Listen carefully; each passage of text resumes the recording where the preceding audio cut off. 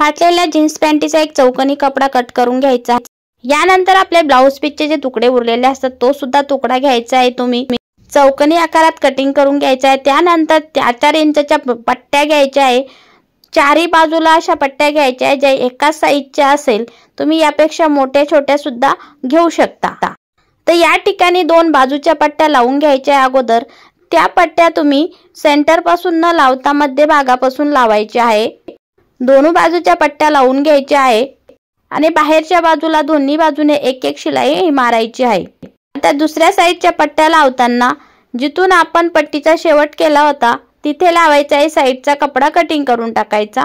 दोन्ही बाजूच्या पट्ट्या ह्या अशाच आपल्याला लावून घ्यायच्या आहे आणि साइडला सुद्धा शिलाई मारून घ्यायची। शिल्लक झालेला कपडा हा कटिंग करून टाकायचा आहे।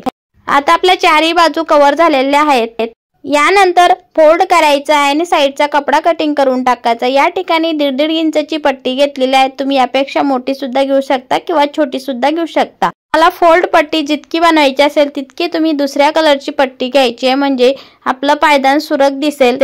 आता ही पट्टी डायरेक्ट फोल्ड पट्टी बनवायची आहे। नंतर बाहेरचा कपडा कटिंग करून टाकायचा।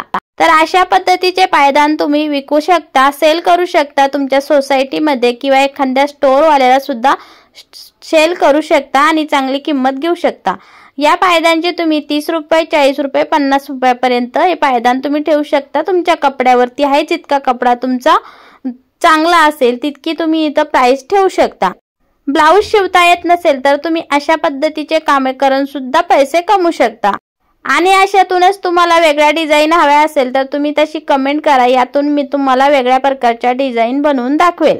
घरात पडलेल्या वेस्ट कपड्यापासून छान पद्धतीचं पायदान तयार केलेले आहेत। हे तुम्ही स्वतःसाठी वापरू शकता किंवा विकू शकता।